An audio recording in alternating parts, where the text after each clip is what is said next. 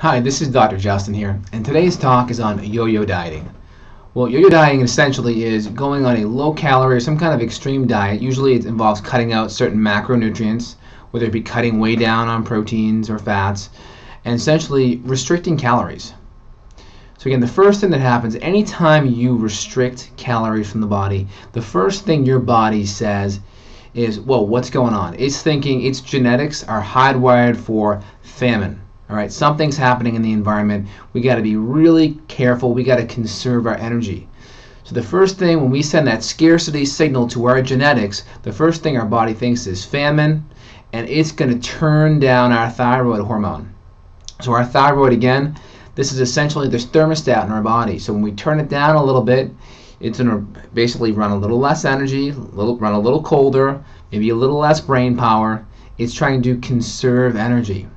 And then we start to hardwire the metabolism. Instead of to burn fat and fuel efficiently and easy, we start to tell our body, you know what, store that energy in the fat cell for a rainy day. We're okay for a little fatigue. We'd rather have that reservoir of fuel so that if we need it, we got it. So again, the first thing we really always want to do when we're trying to lose weight is never do yo-yo dieting. So what happens is we go to this low-calorie state, our weight starts to drop, we're looking good, our clothes are fitting better, but then because we're around food, right, our willpower starts to lessen and we start eating again. I mean, if you look at the concentration camp victims in the 1940s, they were all really skinny. But the problem is they didn't have a refrigerator full of food around the corner. They had no chance for willpower to affect things. So we have food everywhere. And as we start to, our weight starts to drop, it's dropping, hey, you know, look at us, we're fitting into these clothes. But then our hunger gets worse and worse and worse, and then we quit and give back in. Then we eat, and then our metabolism's a little bit damaged. So the effect is the weight starts to go up and up and up and up and up.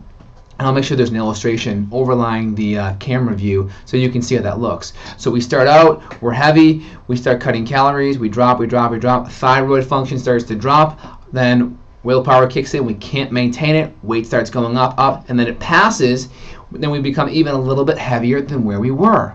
So this is the yo-yo effect. So we start here, we lose a little bit, we come back a little more. We lose a little bit, we come back a little more.